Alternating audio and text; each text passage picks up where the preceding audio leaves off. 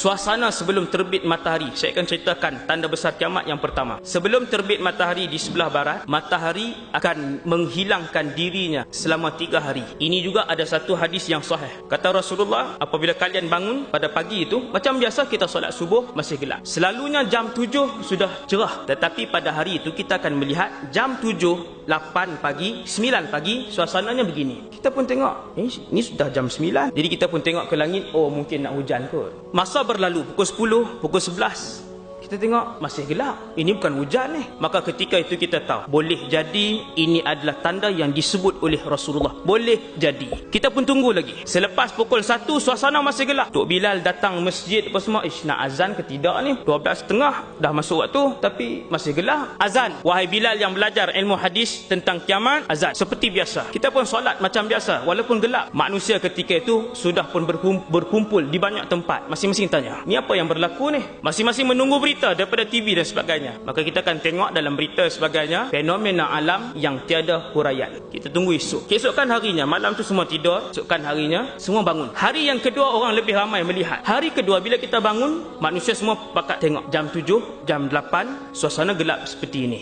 Ketika itu yakinlah kita dengan hadis Nabi sallallahu alaihi wasallam bahawasanya dalam masa sehari ataupun 2 matahari akan terbit daripada sebelah sini. Apabila hari kedua kita pun tengok masih gelap sampai jam 10, sampai jam 11. Gelapnya adalah seperti gelap malam yang matahari tidak keluar. Gelap itu sama ada 2 atau 3 hari, bukan 3 hari confirm. 2 atau, sebab ada 2 pendapat, ada 2 hadis. Tuan-tuan, kita pun bangun pada hari yang keempat. Kalau kita ambil pendapat hadis yang mengatakan bahawa 3 hari gelap itu, kita pun bangun pada hari yang keempat. Seluruh manusia bangkit pada ketika itu dan mendapati inna syamsa qad tala'at minal gharbi. Nabi kata seluruh penduduk bumi ini akan melihat matahari itu terbit daripada sebelah barat. Apabila matahari terbit di sebelah barat, orang ramai akan menjerit. Itu dia, matahari sedang terbit di sebelah barat. Kata Rasulullah, amanu ajma'un.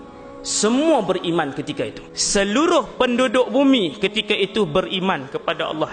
Baru mereka yakin inilah kuasa Allah.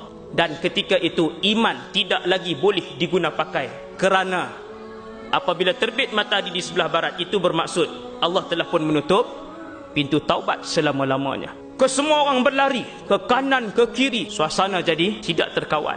Ada yang balik ke rumah menyarungkan tudungnya baru menutup aurat. Ada yang berlari ke masjid terus mengambil wuduk dan terus solat. Tetapi solat itu tidak boleh dipakai lagi. Yang bertaubat baru nak tutup aurat, ketika itu tutup auratnya tidak diterima lagi. Kata Rasulullah, ada yang sedang memerah susu kambing ataupun lembunya, dia meninggalkan perahan itu serta merta. Ada yang sedang meletakkan bata pada binaannya, dia meninggalkan letak bata itu serta merta. Ada yang ketika itu sedang berjual beli, dan ketika itu juga dia melepaskan duit dan barangnya. Kata Nabi, ini Nabi buat contoh. Mereka balik ke rumah mengambil emas masing-masing. Nabi sebutkan dalam hadis itu az-zahabul ahmar, emas merah. Ambil emas merah, mencari orang-orang miskin. Ketika itu berlari ke rumah orang miskin, lalu diletakkan di depan rumah orang miskin. Diketuk pintu, makcik ambillah semua emas ni, saya sedekah fi sabilillah. Ini sedekah saya.